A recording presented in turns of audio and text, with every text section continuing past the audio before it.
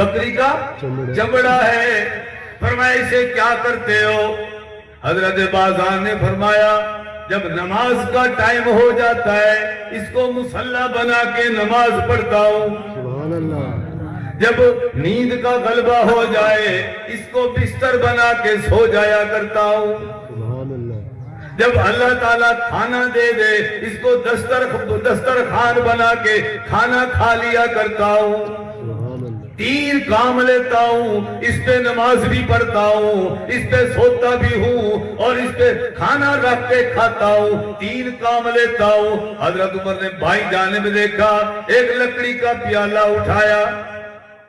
فرمایا بازان یہ کیا ہے؟ فرمایا یہ لکڑی کا پیالہ ہے. فرمایا اس پیالے کو کیا کرتے ہو؟ حضرت بازان ابن سعسان نے فرمایا یا امیر المومنین جب پانی مل جائے